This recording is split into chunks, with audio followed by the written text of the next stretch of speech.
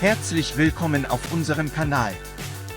Hallo liebe Follower und Neulinge, die gerade zu uns gestoßen sind. Wenn ihr noch nicht abonniert habt, klickt jetzt auf den Abonnieren-Button und aktiviert die Glocke, um keine unserer zukünftigen Veröffentlichungen zu verpassen. Ohne weitere Verzögerung, lasst uns jetzt direkt in das heutige Video eintauchen. Viel Spaß!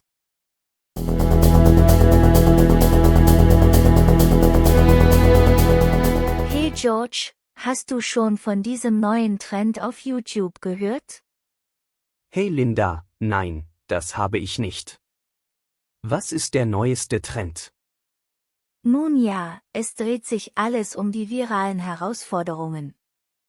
Die Leute stellen sich verrückten Herausforderungen und laden Videos hoch, in denen sie diese meistern. Das klingt interessant. Können Sie mir einige Beispiele nennen? Natürlich. Eine beliebte Challenge ist die Ice Bucket Challenge. Menschen übergießen sich mit einem Eimer eiskaltem Wasser, um auf eine Sache aufmerksam zu machen. Oh, daran erinnere ich mich. Vor ein paar Jahren war es überall. Was sonst? Eine andere ist die Gummi vs Real Food Challenge. Sie müssen sich die Augen verbinden und verschiedene Lebensmittel probieren. Bei einigen handelt es sich um Gummibonbons, bei anderen um echte Lebensmittel. Es ist urkomisch, die Reaktionen der Leute zu sehen. Das klingt nach einer lustigen Herausforderung, die man sich ansehen kann. Irgendwelche anderen Trends? Auf jeden Fall. Die TRY No to Lauk Challenge ist ein Klassiker. Man muss sich lustige Videos ansehen und versuchen, nicht zu lachen. Es ist schwieriger, als es klingt. Das kann ich mir vorstellen. Lachen ist ansteckend. Mehr? Ja, es gibt die Whisper Challenge. Eine Person trägt Kopfhörer und es läuft laute Musik, während die andere Person einen Satz flüstert. Die Person, die den Kopfhörer trägt, muss allein durch Lippenlesen erraten, was gesagt wurde. Das ist wirklich eine Herausforderung. Ich kann verstehen, warum diese Videos beliebt sind. Gibt es noch etwas? Ein weiterer Trend ist DIY-Crafts. Auf YouTube teilen Menschen kreative und einfach umzusetzende Basteleien. Es ist eine großartige Möglichkeit, sich inspirieren zu lassen und etwas Neues auszuprobieren. Wow, auf YouTube passiert so viel. Ich werde mir diese Trends auf jeden Fall ansehen. Danke, dass du mich informiert hast, Linda. Gern geschehen, George. Viel Spaß beim Erkunden der Welt der YouTube-Trends.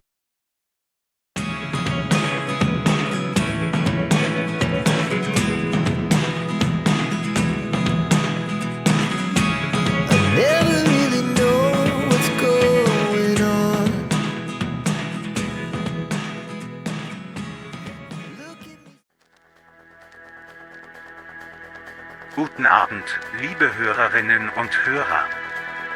Herzlich willkommen zur heutigen Ausgabe unserer Radiosendung. Ich bin Indikon Kolbert und wir haben heute zwei ganz besondere Gäste im Studio, die legendären Moderatoren Conan und Opa O'Brien. Wie geht es euch beiden? Guten Abend, Indi. Es ist großartig, hier zu sein. Ich meine, wie oft haben wir das Vergnügen, gemeinsam in einem Studio zu sitzen? Absolut, Indi. Es ist eine Freude, hier zu sein. Und ich freue mich auf ein spannendes Gespräch heute Abend. Wir haben viele Anrufe von euren Fans erhalten, die brennende Fragen haben.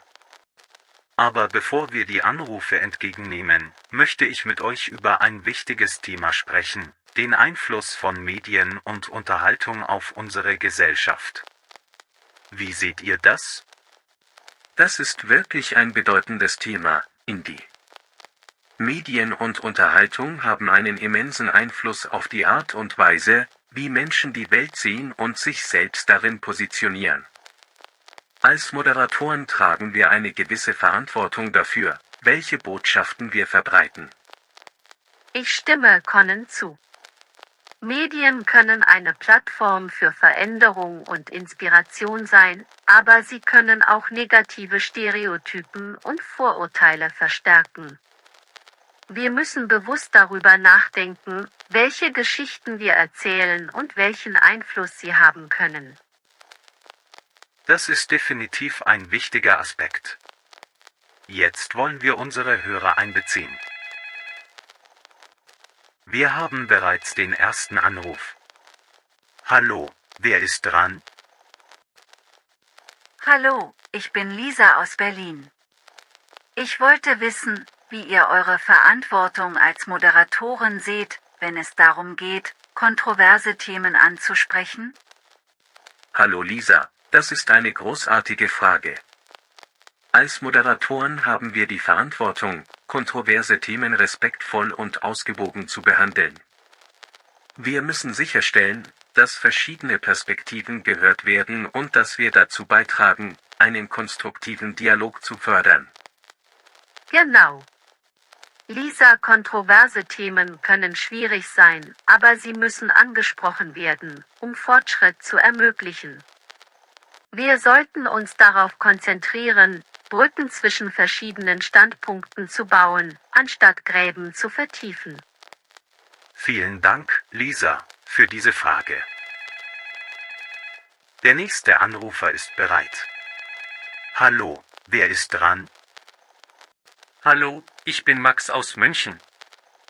Mich interessiert, wie ihr eure eigenen Meinungen von eurer Arbeit als Moderatoren trennt und objektive Diskussionen führt. Hallo Max, das ist eine herausfordernde Frage. Als Moderatoren ist es wichtig, unsere persönlichen Meinungen von unserer Arbeit zu trennen.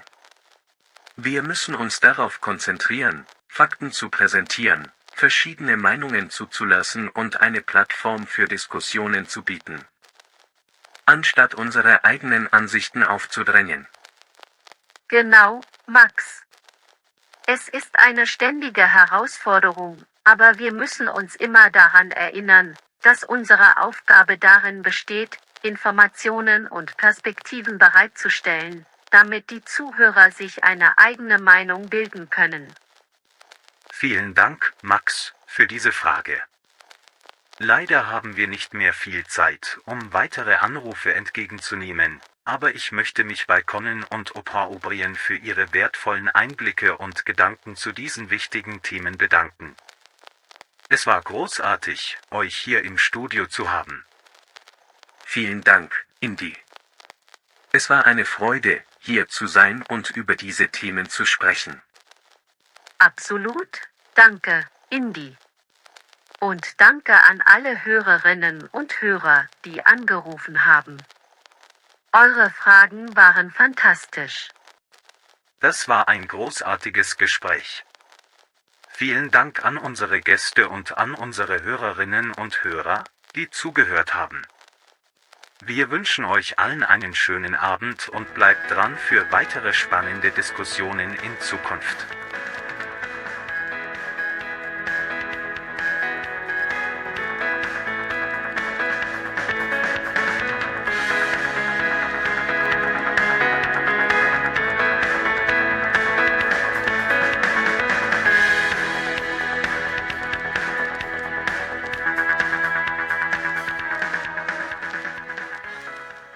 Hey, Georgina. Hast du angefangen, über Neujahrsgeschenke nachzudenken? Oh ja, das habe ich. Ich liebe die familiäre Atmosphäre in den Winterferien, besonders wenn im Dezember Schnee liegt. Das gleiche hier. Es ist so eine magische Zeit im Jahr. Irgendwelche Ideen, was man für alle besorgen kann? Nun, ich denke, personalisierte Geschenke sind immer eine tolle Option. Etwas, das zeigt, dass wir darüber nachgedacht und uns Mühe gegeben haben. Das ist eine wunderbare Idee. Was halten Sie von handgemachten Geschenken? Oh, ich liebe handgemachte Geschenke. Sie sind so einzigartig und besonders. Wir könnten schöne Schneekugeln basteln oder warme Schals stricken. Schneekugeln wären perfekt. Wir könnten jedes mit einer winzigen Figur personalisieren, die für den Empfänger etwas Besonderes darstellt. Und Schals zu stricken wäre auch eine schöne Idee. Es ist ein aufmerksames Geschenk, das Sie in den kühlen Wintermonaten warm hält. Großartig! Lasst uns die Materialien besorgen und mit unseren DY-Geschenken beginnen. Wir können daraus eine unterhaltsame Aktivität für die ganze Familie machen. Auf jeden Fall. Es wird eine wunderbare Möglichkeit sein, gemeinsam Zeit zu verbringen und bleibende Erinnerungen zu schaffen. Außerdem verleiht es den Geschenken eine persönliche Not, die sicher jeder zu schätzen wissen wird. Ich kann nur zustimmen. Machen wir dieses neue Jahr mit unseren selbstgemachten Geschenken zu etwas ganz Besonderem und genießen Sie die familiäre Atmosphäre im gemütlichen Winterwunderland.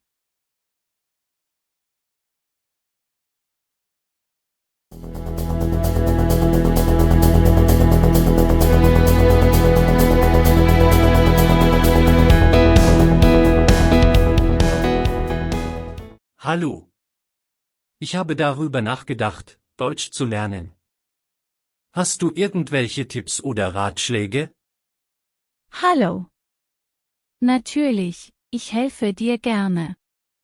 Es gibt viele Möglichkeiten, Deutsch zu lernen. Welchen Weg möchtest du ausprobieren? Ich denke, ich würde gerne mit einem Kurs beginnen, aber ich weiß nicht, welchen. Das ist eine gute Idee. Du kannst entweder einen Präsenzkurs besuchen oder online lernen. Es hängt von deiner Verfügbarkeit und deinem Lernstil ab. Wenn du gerne in einer Gruppe lernst, wäre ein Präsenzkurs in deiner Nähe eine gute Wahl. Ja, das klingt gut. Aber was ist, wenn ich flexiblere Stunden brauche? In dem Fall könntest du einen Online-Kurs in Erwägung ziehen. Es gibt viele Plattformen wie Duolingo, Babbel oder Rosetta Stone, die interaktive Deutschkurse anbieten. Du kannst lernen, wann immer es dir passt. Das klingt praktisch. Gibt es noch andere Möglichkeiten? Absolut. Du könntest auch einen Deutschlehrer für Einzelunterricht engagieren. Das kann oft schnelleren Fortschritt bedeuten, da du die volle Aufmerksamkeit des Lehrers erhältst. Es gibt auch viele kostenlose Ressourcen online, wie YouTube-Kanäle und Podcasts, die dir beim Lernen helfen können.